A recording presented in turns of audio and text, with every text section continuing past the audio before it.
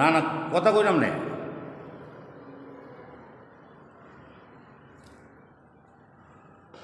সুপ্রিয় নবীন শিক্ষার্থীরা, সবাইকে অনলাইন ক্লাসে স্বাগতম জানাচ্ছি। আমরা সবাই জানি যে করোনা ভাইরাসের প্রাদুর্ভাবে সরকারি নির্দেশনার মোতাবেক আমাদেরকে এইভাবে অনলাইনে ক্লাস করতে হচ্ছে। তো তোমাদের সবার সাথে হয়তো বা পরিচয় হয়নি, আজকে প্রথম তোমাদের সঙ্গে আমার ক্লাস।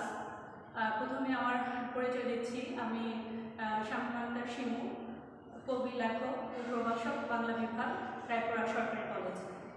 আজকে আমি তোমাদেরকে যে ক্লাসটি করব সেই ক্লাস হচ্ছে কবিতার ক্লাস। তোমরা বোর্ডে দেখতে পাচ্ছ যে কবিতার নাম হচ্ছে সাম্যবাদী। এই কবিতাটা লিখেছেন কে? কাজী নজরুল ইসলাম।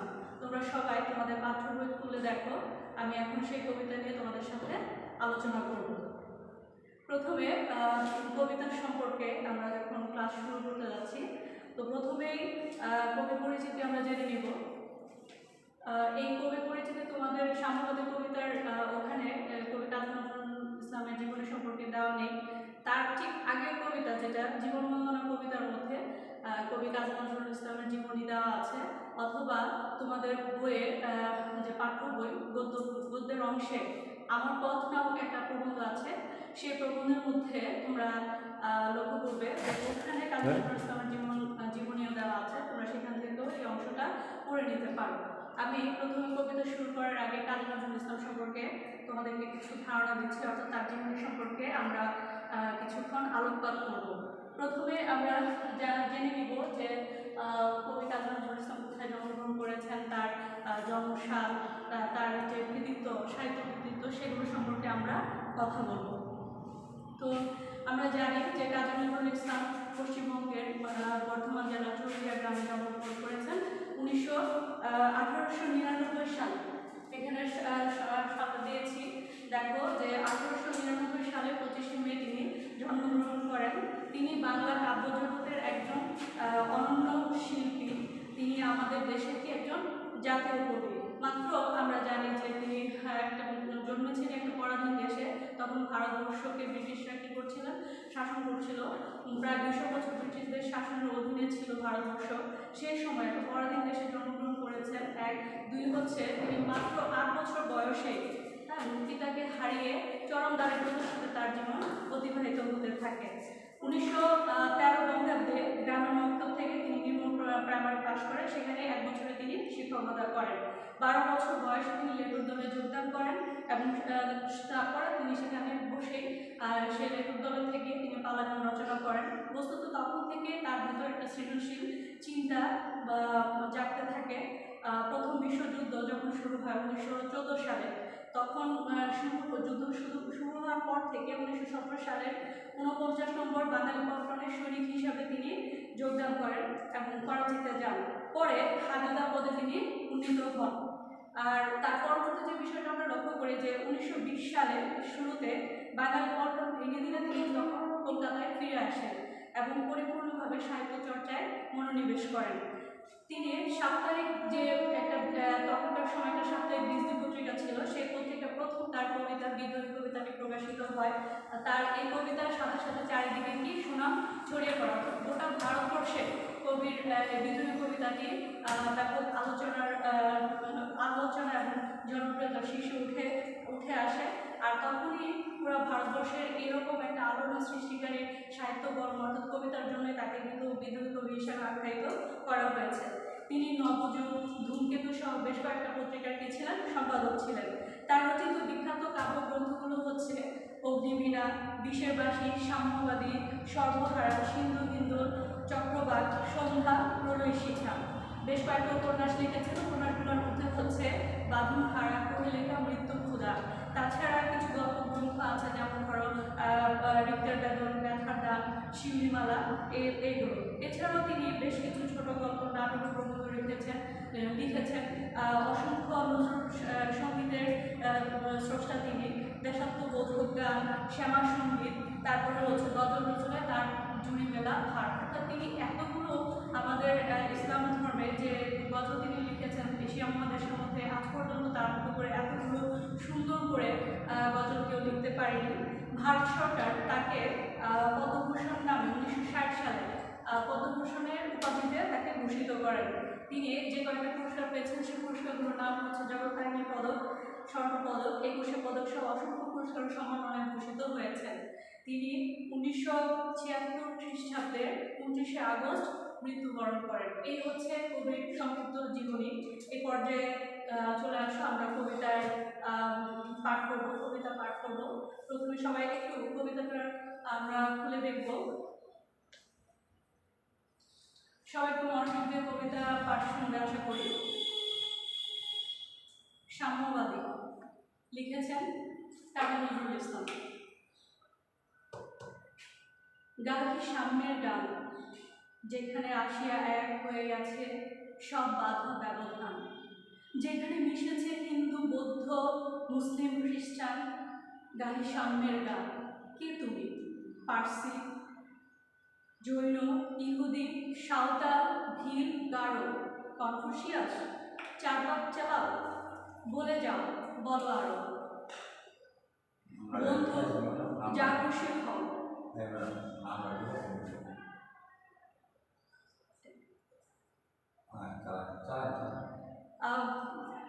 বন্ধু যা খুশি হও, সেটি পিছে কাঁধে মগজে যা খুশি পুঁথি ও কেতাব হও। পুরাণ পুরাণ, বেদ বেদান্ত, বাইবেল ত্রিপিটক, জেন্দা বেস্তা গ্রন্থ সাহেব, পড়ে যাও যত সব। কিন্তু কেনই পরিশ্রম, মগজে হানি ছুসুর, দোকানে কেন এই দর কষাকষি, পথে ফোটে তাজা ফুল। তোমাদের রয়েছে সকল কেতাব, সকল কালের জ্ঞান, সকল শাস্ত্র খুঁজে পাবে সখা, খুলে দেখো নিজ প্রাণ। তোমাদের রয়েছে সকল ধর্ম, সকল যুগবতার, তোমার হৃদয় বিশ্বদেউল, সকলের দেবতার। কেন খুঁজে ফেরো দেবতা ঠাকুর, মৃত পুঁথি কঙ্কালে, হাসিছেন তিনি অমৃত হিয়ার নিভৃত অন্তরালে। বন্ধু বলিনি ছুট, এখানে এসে লুটায়ে পড়ে সকল রাজমুকুট। এই হৃদয় সেই নীলাচল, কাশী, মথুরা, বৃন্দাবন, বুদ্ধ গয়া এ, জেরুজালেম এ, মদিনা কাবা ভবন, মসজিদ এই, মন্দির এই, গির্জা এই হৃদয়। এখানে বসে ঈসা মুসা পেল সত্যের পরিচয়। এই রণভূমে বাসীর কিশোর গাহিলেন মহাগীতা, এই মাঝে হলো মেষের রাখাল নবীরা খোদার নেতা। এই হৃদয়ে ধ্যানে গুহা মাঝে বসিয়া সাক্ষ্যমণি, তেজির রাজ্য মানবের মহাবেদনার ডাক শুনি। এই অন্তরে আরো দুলাল শুনিতেন আহ্বান, এখানে বসি গাইলেন তিনি কোরআনের সামগান। মিথ্যা শুনিনি ভাই, এই হৃদয়ের চেয়ে বড় কোনো মন্দির কাবা নাই। এতক্ষণ আমরা যে কবিতাটি পড়লাম, সেই কবিতাটি একটা ধর্মীয় চেতনা অনুভব থেকে তিনি এই কবিতাটি লিখেছেন। এই কবিতার বিষয়বস্তু আলোচনা করার পূর্বে কিছু শব্দ টিকা সম্পর্কে আমরা ধারণা লাভ করবো। চলো আমরা সেই টিকাগুলো একটু বিশ্লেষণ করি। যে এখানে কবিতার শিরোনামে কিন্তু সাম্যবাদী, অর্থাৎ আমাদেরকে প্রথমে জানতে হবে সাম্য শব্দের অর্থ কী। সাম্য শব্দের অর্থ হচ্ছে সমদর্শিতা। সাম্য শব্দের অর্থ হচ্ছে সমতা বা সমদর্শিতা, অর্থাৎ সমান দৃষ্টিতে সব কিছু দেখা। সাম্যবাদ শব্দের অর্থ হচ্ছে যে সাম্য শব্দটা মানেই যেহেতু সমদর্শিতা, সমতার দৃষ্টিতে দেখা। আর সাম্যবাদ হচ্ছে জাতি, ধর্ম, বর্ণ নির্বিশেষে রাষ্ট্রের সকল মানুষের যে সমান অধিকার থাকা উচিত সে বিষয়ে যে মতবাদ, সেটাকে বলা হয়ে থাকে সাম্যবাদ। অর্থাৎ মানে আমাদের মানে একটা দেশের, হ্যাঁ, একটা দেশের জাতি, মানে জাতি, ধর্ম, বর্ণ নির্বিশেষে একটা রাষ্ট্রে যে মানুষ বাস করে সকল মানুষেরই যে সমান অধিকার থাকে সে বিষয়ে যে মতবাদ, সেটাকে বলা হয়ে থাকে সাম্যবাদ। আর যারা এই মতবাদ লালন করেন তাদেরকে বলা হয়ে থাকে সাম্যবাদী। সেই সাম্যবাদী নিয়েই আসলে কবিতা নির্ধারণ করেছেন কবি। তারপরে যে শব্দটা আমরা পাচ্ছি সেটা হচ্ছে পার্সি। পার্সি বলতে আমরা বুঝি যে পারস্য দেশের নাগরিক যারা, অর্থাৎ ইরানের নাগরিকদেরকে বলা হয়ে থাকে পার্সি। তারপর হচ্ছে জৈন, যেটা হচ্ছে যে জিন বা মহাবীর প্রতিষ্ঠিত ধর্মমতাবলী জাতি। ইহুদি হচ্ছে প্রাচীন হিব্রু জু জাতি বা ধর্ম সম্প্রদায়ের মানুষকে বোঝানো হয়েছে। সাঁওতাল, ভিল এরা হচ্ছে ভারত উপমহাদেশে আদিম নৃগোষ্ঠী বিশেষ। নৃগোষ্ঠী বিশেষ বলতে বোঝায়, নৃ মানে হচ্ছে অর্থাৎ মানব গোষ্ঠী, যেটা হচ্ছে মানব জাতিকে নিয়ে যে বিশেষ জ্ঞান অর্জন করেন, আমরা সেটাকে নৃবিজ্ঞান বলে থাকি। তো সেখানে বলা হচ্ছে যে ওই যে সাঁওতাল ভিল, তারা হচ্ছে ভারতীয় উপমহাদেশের কি ক্ষুদ্র নৃগোষ্ঠীর বিশেষ। তারপর হচ্ছে গারো। গারো আমাদের এখানেও আছে, আমাদের দেশেও আছে, যে গারো পর্বত অঞ্চলের অধিবাসীদেরকে বলা হয়ে থাকে গারো। ওরাও ক্ষুদ্র নৃগোষ্ঠী বিশেষ। তারপরে হচ্ছে পরবর্তী যে শব্দটা আমরা পাই সেটা হচ্ছে কনফুসিয়াস। কনফুসিয়াস কিন্তু তিনি ছিলেন একজন চীনা দার্শনিক। তিনি ছিলেন একজন চীনা দার্শনিক এবং তার যে অনুসারী ছিলেন তাদেরকে বলা হয়ে থাকে, তাদের অনুসারীদেরকে বলা হয়ে থাকে কনফুসিয়াস। তারপর হচ্ছে চারবাক। চারবাক হচ্ছেন একজন দার্শনিক, বস্তুবাদী দার্শনিক ও মনে বলা হয়ে থাকে তাকে। বস্তুবাদী দার্শনিক বলতে আমরা কি বুঝি? বস্তুবাদী দার্শনিক বলতে আমরা বুঝি যারা বস্তুনিষ্ঠ, অর্থাৎ দৃশ্যমান যা কিছু আছে, যারা এইসবের উপরে যারা বিশ্বাস করে, অর্থাৎ অদৃশ্য কোনো বিষয়ে যাদের কোনো বিশ্বাস নেই, দৃশ্যমান অর্থাৎ বস্তুগত বিষয়ে যাদের প্রমাণ চায়, যারা বিশ্বাস করে, সেই বিষয়টাকে বলা হচ্ছে বস্তুবাদী। অর্থাৎ যারা বস্তুতে বিশ্বাসী তাদেরকে বলা হয় থাকে বস্তুবাদী। আর তিনি হচ্ছেন একটা বস্তুবাদী দার্শনিক ও মুনি। তিনি দেব, আত্মা, পরলোক ইত্যাদিতে কি ছিলেন না, বিশ্বাসী ছিলেন না। তারপরে শব্দটা আমরা পাচ্ছি হচ্ছে জেন্ডা বেস্তা। জেন্ডা বেস্তা হচ্ছে পারস্যের অগ্নি উপাসকদের ধর্মগ্রন্থ। সেই ধর্মগ্রন্থের নাম হচ্ছে আবেস্তা, আর তার ভাষার নাম হচ্ছে জেন্ডা। সকল শাস্ত্র দেখো নিজ প্রাণ। অর্থাৎ এখানে বলা হচ্ছে যে এই লাইনের মধ্যে দিয়ে বোঝানো হচ্ছে যে আমরা ইসলাম ধর্মগুলিদের প্রধান ধর্মগ্রন্থ হচ্ছে কুরআন শরীফ, হিন্দুদের হচ্ছে বেদ, খ্রিস্টান সম্প্রদায়ের হচ্ছে বাইবেল। এইভাবে পৃথিবীর নানা জাতির নানান শ্রেষ্ঠ ধর্মগ্রন্থ রয়েছে। কবি এখানে বলতে চেয়েছেন যে সকল ধর্মের মূল মন্ত্র মানুষের হৃদয়ের মধ্যে সংকলিত আছে, তা হচ্ছে কি, সেটা হচ্ছে যে মানবতার বোধ, সমতার দৃষ্টিভঙ্গি। অর্থাৎ আমাদের শুধু আমাদের না, প্রত্যেকটা ধর্মের জাতি যারা আছে তাদের ধর্মীয় পবিত্র গ্রন্থ আছে। সেই গ্রন্থের মূল মন্ত্র, মূল কথা কিন্তু একটাই, যে মানুষের মধ্যে মানবতার বোধ থাকতে হবে এবং সমদৃষ্টিতে সেটা দেখতে হবে। তারপরে বলা হচ্ছে যে যুগাবতার। যুগাবতার বলতে বোঝা বিভিন্ন যুগে অবতীর্ণ যে মহাপুরুষ। দেউল। দেউল কথাটা হচ্ছে শব্দটার অর্থ হচ্ছে দেবালয় বা মন্দির। ঝুট। ঝুট হচ্ছে মিথ্যা। নীলাচল। নীলাচল আমরা জানি, আমাদের দেশেও নীলাচল আছে বান্দরবনে, সেটা জানি যে নীলাচল ভারতের একটা জায়গার নাম, যেটা হচ্ছে জগন্নাথ ক্ষেত্র। নীল বর্ণযুক্ত পাহাড়। এই পাহাড়টা কিরকম দেখতে? নীল বর্ণের মতো। অর্থাৎ নীল বর্ণযুক্ত পাহাড়, যে বিশাল পাহাড়ের পরিসীমা নির্ধারণ করা যায় না। কাশী, মথুরা, বৃন্দাবন, গয়া, এই কয়েকটা জায়গার এখানে স্থানের নাম এখানে উল্লেখ করেছে। এগুলো সবগুলোই হচ্ছে হিন্দুদের ধর্মীয় পবিত্র স্থানের নাম। তারপর হচ্ছে জেরুজালেম। জেরুজালেম আমরা জানি যে বাইতুল মুকাদ্দাস ফিলিস্তিনে এই জায়গাটা অবস্থিত। অর্থাৎ ফিলিস্তিনে অবস্থিত এই স্থানটি মুসলমান, খ্রিস্টান এবং হিন্দুদের জন্য উভয় সমভাবে পূর্ণস্থান। মসজিদ এই হৃদয়, এই লাইনের মধ্যে আমরা যেটা বিশ্লেষণ করে পাই সেটা হচ্ছে মানুষের হৃদয় হচ্ছে কি মসজিদ, মন্দির, গির্জা বা অন্যান্য তীর্থক্ষেত্রের স্থানের মতোই কি সেটা পবিত্র। তারপরে বলা হচ্ছে যে বাঁশির কিশোর গাহিলেন মহাগীতা। বাঁশির কিশোর অর্থাৎ বাঁশির কিশোর গাহিলেন মহাগীতা। আমরা জানি হিন্দু ধর্মের যে অবতার শ্রীকৃষ্ণ, তিনি বাঁশি বাজাতেন। তো তার কথা বলা হয়েছে যে বাঁশির কিশোর গাহিলেন মহাগীতা, অর্থাৎ হিন্দু ধর্মের অবতার শ্রীকৃষ্ণের মুখ নিঃসৃত বাণী শ্রীমৎ ভগবত গীতা। সাক্ষ্য মানে হচ্ছে সাক্ষ্যংশের জন্মজাত, অর্থাৎ যাকে বলা হয়ে থাকে বুদ্ধদের যে বুদ্ধ ধর্মের যে প্রতিষ্ঠাতা, তাকে বলা হয়ে থাকে সাক্ষ্যমণি। কন্দরে। কন্দরে শব্দটার অর্থ হচ্ছে পর্বতের গুহা।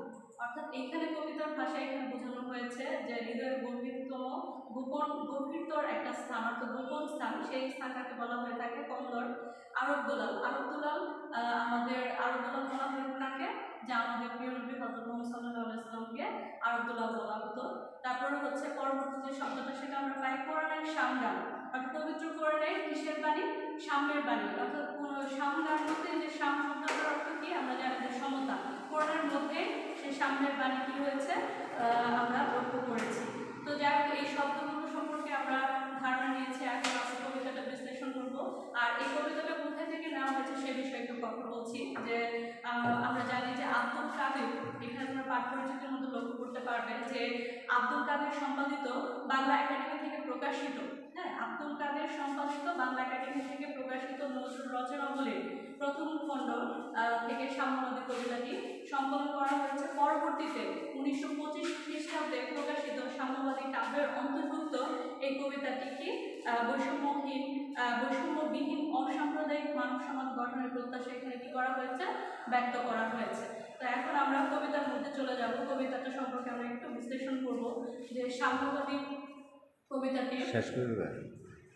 প্রথমে কবি বলেছেন গানের সাম্যের গান, অর্থাৎ তিনি বলতে চাচ্ছেন যে এই পৃথিবীতে যত জাতি আছে, যত মানব আছে, অর্থাৎ যেসব কিছুর ঊর্ধ্বে হচ্ছে মানব ধর্ম, সেখানে বলছে যে সকল ধর্মের মানুষকে কি করতে হবে, সাম্যের গান গাইতে হবে, সমতার দৃষ্টিতে দেখতে হবে, কোনো সাম্প্রদায়িকতা এখানে থাকবে না, অসাম্প্রদায়িক দৃষ্টিভঙ্গি নিয়ে মনোভাব নিয়ে তাদেরকে কি করতে হবে, এগিয়ে যেতে হবে। বলছে গানের সাম্যের গান, যেখানে আসিয়া এক হয়ে গেছে সব বাধা ব্যবধান, যেখানে মিশেছে হিন্দু, বৌদ্ধ, মুসলিম, খ্রিস্টান, গানের সাম্যের গান, অর্থাৎ সব জাতি যেখানে কি হয়ে গেছে, এক হয়ে গেছে, তাদের সাম্যের গানের কথা কবি বলেছেন যে গানের সাম্যের গান। কে কবি? পার্সি, জৈন, ইহুদি, সাঁওতাল, ভিল, গারো, কনফুসিয়াস, চারবাক চালক, যাই কিছু পড়া গেল সব কিছুর পরেও বলছে যে মানব জাতি এই যে বৃথা বর্ণশ্রম করছে, যে পেটে পিঠে কাঁধে মগজে যা খুশি বা কেতাব বয়ে বেড়াচ্ছে, পুরাণ বেদ, বেদান্ত, বাইবেল, ত্রিপিটক যা কিছু আছে সব কিছুই তারা কিন্তু চষে বেড়াচ্ছে। এখানে বলছে যে কেন এই বর্ণশ্রম আমরা দিচ্ছি, মগজে টানিচ্ছি আমাদের সুখ, অর্থাৎ আমরা কেন মগজে এত বেশি আঘাত নিচ্ছি, দোকানে কেন এত দর কষাকষি করছে, অথচ পক্ষের পাশে কি আছে, ফুল ফুটে আছে। তো সকলের তোমাদের রয়েছে সকল কেতাব, সকল কালের জ্ঞান, অর্থাৎ একটা মানুষের ভেতরে, মানব জাতির ভেতরে রয়েছে সকল কালের সকল ধরনের জ্ঞান মানুষের মধ্যে রয়েছে। বলছে যে তার মধ্যে সকল যুগপতার বাস করে। তোমার হৃদয় বিশ্ব দেওয়াল, অর্থাৎ তোমার হৃদয়টা হচ্ছে একটা মন্দির, একটা মসজিদ, একটা গির্জা, এখানে রয়েছে সবচেয়ে মানব হৃদয় হচ্ছে সবচেয়ে পবিত্রতম স্থান। এখানে মানুষের প্রতি মানুষের ভালোবাসা থাকবে, সম্প্রীতি থাকবে, আন্তরিকতা থাকবে, অর্থাৎ জাতিতে কোনো ভেদাভেদ থাকবে না, হিংসা থাকবে না, সহিংসতা থাকবে না, ধর্মীয় কোন্দল থাকবে না। এই বিষয়ে কবি বারবার বলছেন যে সমগ্র জাতির মধ্যে, অর্থাৎ গোটা বিশ্বের মানুষের সাথে মানুষের থাকতে হবে একটা সম্প্রীতি, একটা মেল বন্ধন থাকতে হবে। তো বলছে কেন খুঁজে ফেরো দেবতা ঠাকুর মৃতপুঁথি গমকালে, হাসিছেন তিনি অমৃত হিয়ার নিবৃত অন্তরালে, অর্থাৎ যিনি সৃষ্টিকর্তা তিনি কিন্তু অন্তরালে বসে হাসছেন যে কেন তোমরা এত ছোটাছুটি করছো বা এত কিছু তোমরা দেবতা ঠাকুর মৃতপুঁথি গমকালে তোমরা সব কিছু খুঁজে বেড়াচ্ছ। এখানে এসে লুটায় পড়ে সকল রাজনীতি, অর্থাৎ মানুষের হৃদয়ের কাছে, মানবতার কাছে সকল কিছু এসে কি হচ্ছে, লুটায় পড়ছে। এখানে এই হৃদয় সেই হচ্ছে নীলাচল, অর্থাৎ এই যে কয়েকটা পবিত্র গ্রন্থে বা স্থানের নামের কথা বলা হয়েছে, যেমন ওই যে নীলাচল, কাশী, মথুরা, বৃন্দাবন, বুদ্ধগয়া, জেরুজালেম, মদিনা, কাবাভূমি সব কিছু আছে কোথায়, মানুষের হৃদয়ের মাঝে। তো এখানে বসে ঈসা মুসা পেল সত্যের পরিচয়, এই রণের ভূমে বাসে কিশোর গাইলেন মহাগীতা, এই মাত্রই হলো মেষের রাখাল নবীরা খোদার নিতা, এই হৃদয়ের ধ্যান গুহার মাঝে বসিয়া কি সাক্ষ্যমণি তেজিল রাজ্য মানবের মহাবেদনার ডাক শুনে, অর্থাৎ এই যে বুদ্ধদেব মানুষের দুঃখ বেদনার ডাক শুনে, অর্থাৎ তাদের হাহাকার শুনে তিনি কিন্তু রাজ্য ত্যাগ করে সাধারণ মানুষের কাতারে, অসহায় দরিদ্র মানুষের কাতারে তিনি চলে গিয়েছিলেন, অর্থাৎ তাদের বেদনার ডাক শুনে তিনি কি করেছেন, রাজ্য ত্যাগ করে চলে এসেছেন। এই কন্দরে আরব দুলাল শুনিতে না হবার, এখানে বসে গাইলেন তিনি কোরআনের সামগান, অর্থাৎ এখানে বলছে যে কোরআনের মধ্যেই সেই সামগানের কথা বলা হয়েছে। যে আমরা একটা বিষয় এখন সবাই লক্ষ্য করছি যে সারা বিশ্বে আজকে কিন্তু যারা মুসলিম জাতি যারা আছে তাদের সবার ভিতরে কিন্তু একটা আক্রোশ বা ক্ষোভ জেগে উঠেছে। মূল কারণ আমরা সবাই জানি যে ফ্রান্সের যে সরকার যে আমাদের প্রিয় সাল্লাল্লাহু নিয়ে যে কটূক্তি বা বাজে মন্তব্য করেছে, সে বিষয়ে কিন্তু সারা বিশ্বের মানুষ আজকে আন্দোলনে ফুসে উঠেছে বা আক্রমণাত্মক যেটাকে বলা হয়ে থাকে আক্রোশ, এটা জেগে উঠেছে মূলত এই সাম্প্রদায়িক চেতনা বোধের কারণে। অর্থাৎ সাম্প্রদায়িকতার অসাম্প্রদায়িকতা বলতে আমরা কি বুঝি? সাম্প্রদায়িকতা হচ্ছে যে নিজের ধর্ম নিজ জাতিকে যারা বড় মনে করে, শ্রেষ্ঠ মনে করে, তাদেরকে বলা হয়ে থাকে সাম্প্রদায়িক। অসাম্প্রদায়িক হচ্ছে যে সকল ধর্ম মানুষের প্রতি যাদের সম্মান থাকবে, সমদর্শিতা অর্থাৎ সাম্যবাদী চিন্তাভাবনা যাদের মধ্যে থাকবে, তারা হচ্ছে অসাম্প্রদায়িক। এই যে আজকে এই সাম্প্রদায়িকতার কারণে সারা বিশ্বেই কিন্তু যে যে সংঘর্ষ, যে সহিংসতা দেখা গিয়েছে, মূল কারণটাই হচ্ছে কি যাদের মধ্যে সাম্যবাদী বোধ নেই, যারা সাম্যবাদী না তারাই কিন্তু এই ধরনের সহিংসতা পৃথিবীতে অরাজকতার সৃষ্টি করছে, যেটা হচ্ছে এই বৈষম্য তারা তৈরি করছে, যার কারণে জাতিতে জাতিতে এত বেশি সংঘর্ষ বা এই যে বিষয়গুলো আমরা এখন কিন্তু সেটাই লক্ষ্য করছি। তো যাই হোক, এখানে কবি বারবার বলছেন যে নজরুলের তিনি যে আদর্শ তিনি সেটা বলেছেন যে মানুষের মাঝে হচ্ছে স্বর্গনরক, মানুষের সুরাসুর, তাই তিনি কবিতা সুস্পষ্টভাবে স্মরণ করে দিয়েছেন যে আসলে মানুষের মাঝে যা কিছু আছে, মানব হৃদয়ে যা আছে, মানুষের মনে যে ভালোবাসা আছে, সেই ভালোবাসা দিয়ে সকল জাতির মধ্যে কি করতে হবে, একটা সুন্দর সম্পর্ক, সুসম্পর্ক বজায় রাখতে হবে। অন্য ধর্মের মানুষকে অবমাননা করা যাবে না, বা অন্য নিজ ধর্ম জাতি জ্ঞানকে বড় করে ভাবা যাবে না। তো সকল মানুষের সমান অধিকার আছে, সবার তাদের যে বৈষম্য যে বৈষম্য আছে সেই বৈষম্য দূর করে মানুষের মধ্যে একটা সুন্দর সম্পর্ক সৃষ্টি হবে। তাই তিনি জোর দিয়েছেন যে সাম্যের গান তিনি গাইতে চেয়েছেন, যে তিনি প্রথমে কিন্তু বলেছেন গানটি সাম্যের গান, তিনি সমতার গান গিয়েছেন।